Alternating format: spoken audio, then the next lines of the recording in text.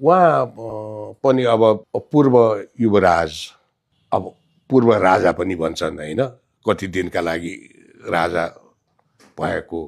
अब कतिले वीरेन्द्र राजाको हत्यारा गोली नै उहाँले चलाएको भनेर भनेका छन्। मेरो पनि जानकारीमा त्यही नै छ।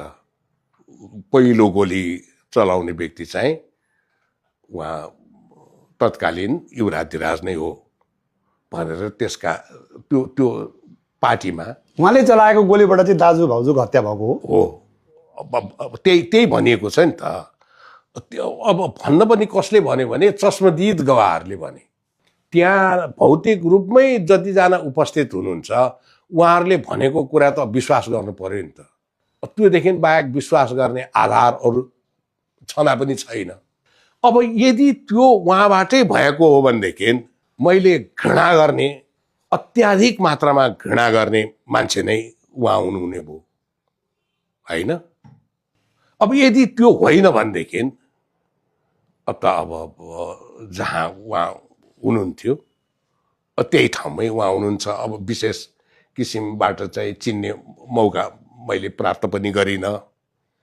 भ्रमणको सिलसिलामा एक दुईचोटि मैले बाहिर विदेश जाँदा राजाको भ्रमणमा त हामी टेलिभिजन कभरेजको लागि जान्थ्यौँ नि, भेट्ने मौका पाछु। अलि व्यवहार चाहिँ एकनासको नहुने खालको चाहिँ मैले पनि महसुस गरे हुँ।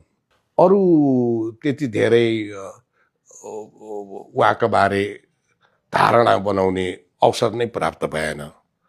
तर अब एउटा जिज्ञासा चाहिँ छ प्रकाशजी, त्यो हत्या चाहिँ कसले गर्यो त? विशेष गरेर राजा वीरेन्द्र, जसलाई म एउटा असल मान्छेको रूपमा हरदम सम्झन्छु। र अर्को अघि नै तपाईँले तस्बिर नै देखाइहाल्नुभयो, मेरो त दाजु र भाउजू हो नि, जसलाई हत्या गरियो। अब दाजु र भाउजूलाई हत्या नै गर्ने मान्छेलाई पनि म भयङ्कर मान्छु भनेर त म ढाट्नै सक्दिनँ। त्यो कसैले पनि मान्दैन। अघि तपाईँको परिवारको तस्बिर देखाइरहँदा मेरा मुटुका टुक्राहरू भनेर भन्नुभयो नि, एउटा बाउको मुटुको टुक्राले बाउमाथि गोली दाग्न सक्छ, लाग्छ यहाँलाई?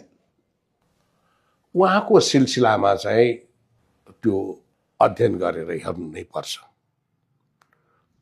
उहाँको स्वभावले र उहाँको वंशमा त्यो घटना पहिला पनि भइसकेको भएर हुन सक्ने सम्भावना पनि छ। अब उहाँको